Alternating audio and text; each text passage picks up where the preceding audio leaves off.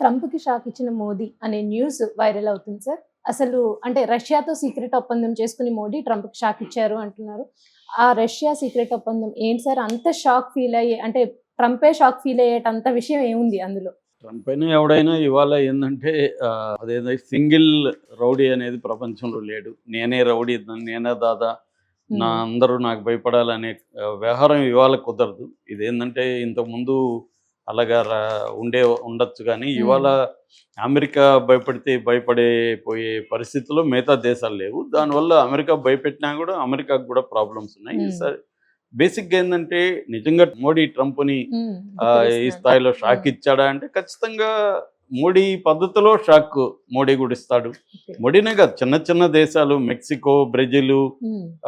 Colombia, Canada వీళ్ళు కూడా ట్రంప్‌కి shock ఇస్తూనే ఉన్నారు. హ్మ్. ట్రంప్ ఏమి షాకులకు అతీతుడుగా అతనే అందరికి షాకులు ఇస్తాడు, అతనికి హ్మ్. ఎవరు ఇవ్వలేరు అనేది ఏం లేదు.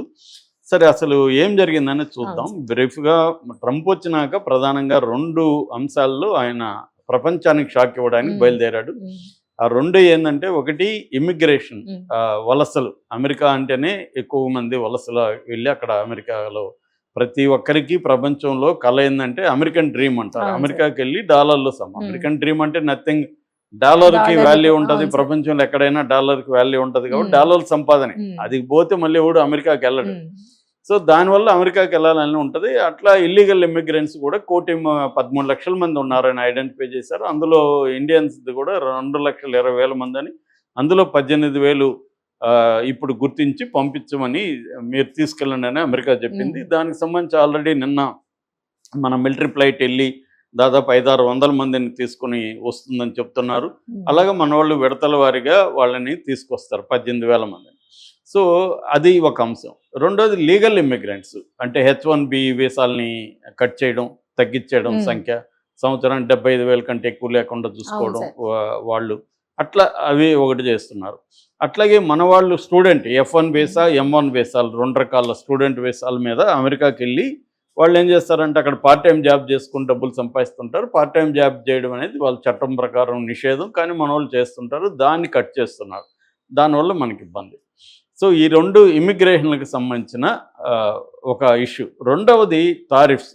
టారిఫ్స్ ఏందంటే 2 రకాలైన కారణాలతో టారిఫ్స్ పెడుతున్నాడు. ఫస్ట్ కారణం ఏందంటే, అమెరికా అనేది ఇంపోర్ట్ ఓరియెంటెడ్ కంట్రీ. హ్మ్. ఇంపోర్ట్‌ల మీద ఎక్కువ డిపెండ్ అయిన కంట్రీ అమెరికా. హ్మ్. ఎందుకంటే వాళ్ళ డాలర్లు వాల్యూ ఎక్కువ కాబట్టి, వాళ్ళు పండించేదానికంటే ఇంపోర్ట్ చేసుకుంటే వాళ్ళకి చీప్ అనమాట. అవును సార్. అందుకని వాళ్ళేం చేస్తారంటే, కూరగాయల దగ్గర నుంచి, హ్మ్. ఎలక్ట్రానిక్ గూడ్స్ నుంచి, మిలిటరీ విడిభాగాల నుంచి అనేక సేవల్ని, గూడ్స్ అండ్ సర్వీసెస్‌ని ఇంపోర్ట్ ఇంపోర్ట్ చేసుకుంటది. చేసుకుంటారు. దానివల్ల ఏం చేస్తున్నారంటే, అమెరికాలో ఉండే మ్యానుఫ్యాక్చరింగ్ సెక్టర్ దెబ్బతింటుంది. అంటే హ్మ్. ప్రపంచవ్యాప్తంగా అనేక దేశాల నుంచి ఇంపోర్ట్స్ అనేవి ఫర్ ఎగ్జాంపుల్ ఆహ్, మనం గూడా ఇంపోర్ట్ చేస్తున్నాం హ్మ్. అమెరికాకి. కాకపోతే మన ఇంపోర్ట్స్ అనేవి తక్కువ.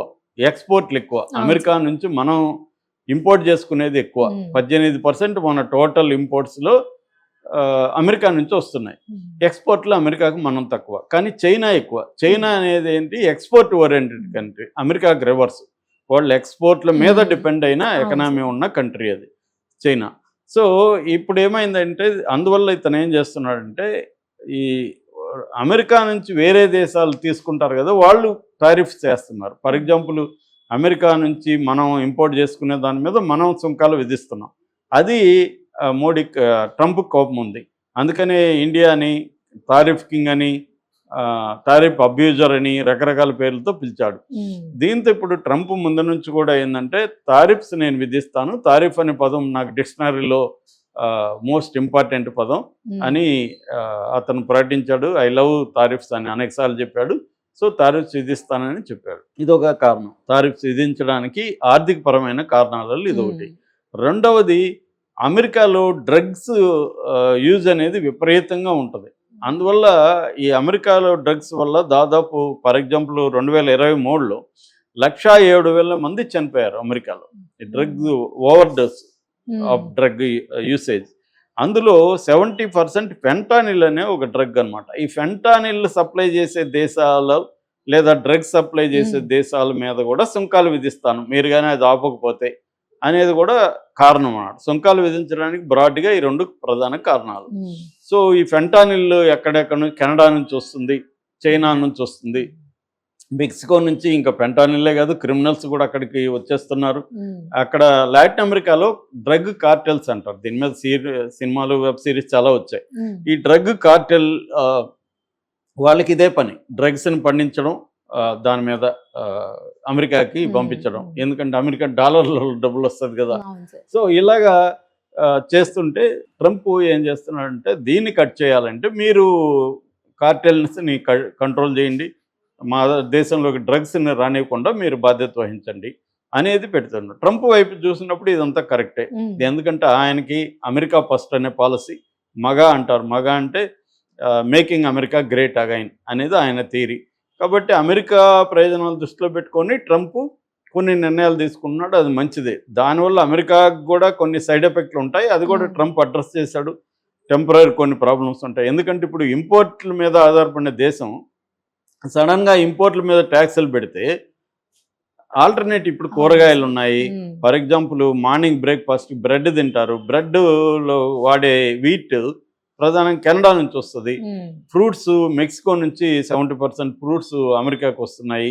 ఇలాగ రకరకాలుగా ఫుడ్ దగ్గర నుంచి అనేక డైలీ లైఫ్లో అనేక గూడ్స్ ఇంపోర్ట్ చేసుకోవాలి. ఇప్పుడు ఏం చేశాడు ట్రంప్ రాగానే, మెక్సికో మీద 25%, కెనడా చైనాల మీద 10% ట్యాక్స్ పెట్టారు. ట్యాక్స్ పెట్టే కాడికి వాళ్ళు 2 రకాలుగా స్పందించారు. ఒకటేమో వాళ్ళు కూడా బెదిరించారు, మేము కూడా మీ వస్తువుల మీద ట్యాక్స్ వేస్తాము, అవన్నీ బెదిరించారు. అయితే అదే సమయంలో చర్చలకు కూడా చెప్పారు. అంటే ఫర్ ఎగ్జాంపుల్ మెక్సికో మేము ఒక $10,000 ఎంతో ఖర్చు పెట్టి ఇక్కడ బార్డర్లో కార్టెల్స్ని వీటిని అన్నిటిని ఆపుతామని చెప్పారు. కెనడా కూడా మేము దానికి ఒక పాలసీ రూపొందించి బార్డర్లో కంట్రోల్స్ పెడతామని కెనడా చెప్పింది. చైనా ఏమో ఒక పక్క బెదిరించింది, రెండో పక్క చైనా కూడా చర్చలకి రెడీ అయింది. ఇలాగా వచ్చేసరికి ట్రంప్ కూడా ఒక అడుగు వెనక్కి తగ్గి ఈ ఆంక్షల్ని, ఈ టారిఫ్స్ని 1 month బ్రేక్ ఇచ్చేశాడు. నిన్ననే అనౌన్స్ చేశాడు 1 month బ్రేక్ ఇస్తున్నాను. అంటే ట్రంప్కి కూడా ఏంటంటే, ట్రంప్కి కూడా దీని కాన్సిక్వెన్సెస్, ఇప్పుడు నేను నిన్ను బెదిరిస్తే నీకొకటికే నాకు కూడా నష్టం ఉంటుంది అనేది ట్రంప్కి తెలియక కాదు, తెలుసు.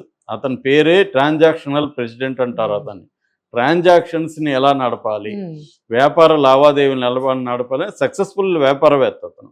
కాబట్టి పట్టువిడుపులు లేకుండా ఎవడు కూడా వ్యాపారవేత్త కాలేడు. అందుకని అతను ఏంటంటే బెదిరించి ముందు థ్రెట్ ఇవ్వాలి. థ్రెట్ ఇచ్చినప్పుడు టేబుల్ మీదకి వాళ్ళు వస్తారు. వచ్చినప్పుడు నీ డిమాండ్స్ నువ్వు పెట్టాలి. ఇది వాళ్ళ డిమాండ్స్ వాళ్ళకు ఉంటాయి. నువ్వు కొద్దిగా ఒకడుగు ముందుకేసి నువ్వు కొంచెం ఇది చేయాలి, వాళ్ళని కొంత ముందుకు రమ్మనేయాలి. ఇలాగా అనేది అతని పాలసీ. రెండోది, అతనికి 2 రకాల ప్రయోజనాలు. ఒకటి అమెరికన్ ఎకనామిక్ ప్రయోజనాలు, 2 తన పొలిటికల్ ప్రయోజనాలు. పొలిటికల్ ప్రయోజనాల కోసమే ఈ హడావిడి క్రియేట్ చేస్తున్నాడు. ఎకనామిక్గా దానివల్ల వచ్చే నష్టం అతనికి తెలియదు కాదు, తెలుసు. అది నెక్స్ట్ స్టేజ్లో అతను చూసుకుంటాడు. ఫస్ట్ స్టేజ్లో బెదిరిస్తాడు ఎకనామిక్. అలాగా ఇప్పుడు చైనా వీళ్ళందరూ కూడా మేము WTO కంప్లైంట్ చేస్తాం అంటే, మనం స్కూల్లో కొట్లాడుకుంటే హెడ్ మాస్టర్ కంప్లైంట్ చేస్తాం. నిజానికి హెడ్ మాస్టర్ ఏం చేయలేడు. WTO అమెరికాని ఏం కంట్రోల్ చేయదు. ఎందుకంటే WTO నుంచి నేను బయటకు వస్తానంటాడు. ఏ ఇంటర్నేషనల్ ఇన్స్టిట్యూట్లు కూడా ఏ దేశాలని కూడా కంట్రోల్ చేసే పరిస్థితి లేదు. పేద దేశాలని మాత్రం చేయగలవు, రిచ్ దేశాలని. ఇప్పుడు రష్యన్ ప్రెసిడెంట్ పుతిన్ని యుద్ధ నేరస్తుడిగా ఇంటర్నేషనల్ కోర్టు డిక్లేర్ చేసింది. వీడు బెంజమిన్ నెతన్యాహు చేసింది, ఇజ్రాయెల్ని ప్రధానమంత్రిని. ఏమైంది? వాళ్ళకి ఇద్దరికి ఏమైనా శిక్షలు వచ్చాయా? చేసుకుంటారా మీరు, ఎన్ని కావాల్సింది అన్ని చేసుకోండి అని వాళ్ళు ధిక్కరిస్తూనే ఉన్నారు. కాబట్టి అవేమీ జరగవు.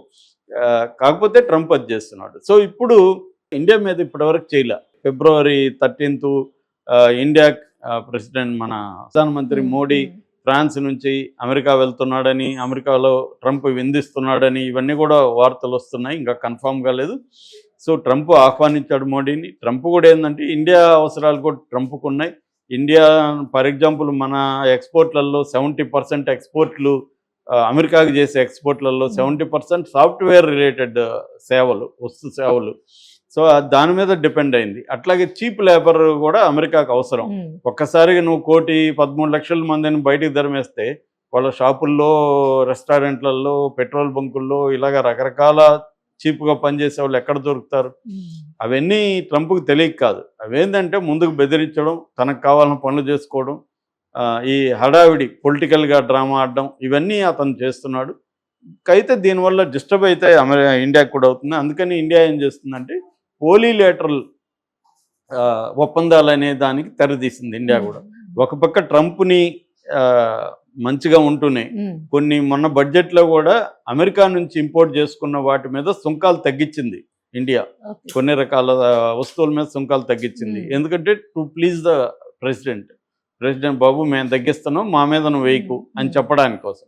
రెండో పక్క ఇటు రష్యాతో చైనాతో ఇలాంటి దేశాలతో పోలీలేటరల్ అగ్రిమెంట్లోకి వెళ్తుంది. మొన్ననే చైనాకి మన విదేశాంగ శాఖ కార్యదర్శి వెళ్ళొచ్చాడు, చర్చలు జరుపుతున్నారు. ఆల్రెడీ బార్డర్తో ఒప్పందం చేసుకున్నారు. చైనాతో కూడా మన వాళ్ళు మంచిగా ఉండే కార్యక్రమం చేస్తున్నారు. అట్లాగే రష్యా ఇప్పుడు ఎందుకు రష్యాతో సీక్రెట్ ఒప్పందం వచ్చిందంటే రష్యాకు సంబంధించిన పార్లమెంట్ స్పీకర్ ఇండియాకి వచ్చాడు నిన్న. వ్యాచెస్లావ్ ఒలోడిన్ అని ఆయన ఇండియాకి వచ్చాడు అనమాట. అంటే ఒక పక్క ట్రంప్ ఆంక్షలు విధిస్తున్న టైంలో రష్యా నుంచి పార్లమెంట్ స్పీకర్ మన దేశానికి వచ్చాడంటే అమెరికాని మన వాళ్ళు ధిక్కరిస్తున్నారని కొంత పత్రికలు వ్యాఖ్యానిస్తున్నాయి. అదేమి లేదు. మోడీ ఏంటంటే బ్యాలెన్స్గా ఉంటున్నాడు. అమెరికా మీదనే డిపెండ్ అవ్వకుండా చైనా ప్లస్ పాలసీ అంటారు. చైనా కాకుండా వేరే దేశాలతో ఎలా ఉండాలి, చైనాతో మంచిగా ఎలా ఉండాలి. ఇప్పుడు ఒక్కొక్కసారి ఏమవుతుందంటే ఇందాక కూడా నేను ఎన్డీటీవీ ప్రాఫిట్ డిస్కషన్ చూస్తా ఉన్నా. సో ఎకనామిస్టులు కూడా రెండు రకాలుగా చెప్తున్నారు. ఈ ట్రంప్ చర్యలలో కొన్ని విషయాల్లో ఇండియా నష్టపోతుంది.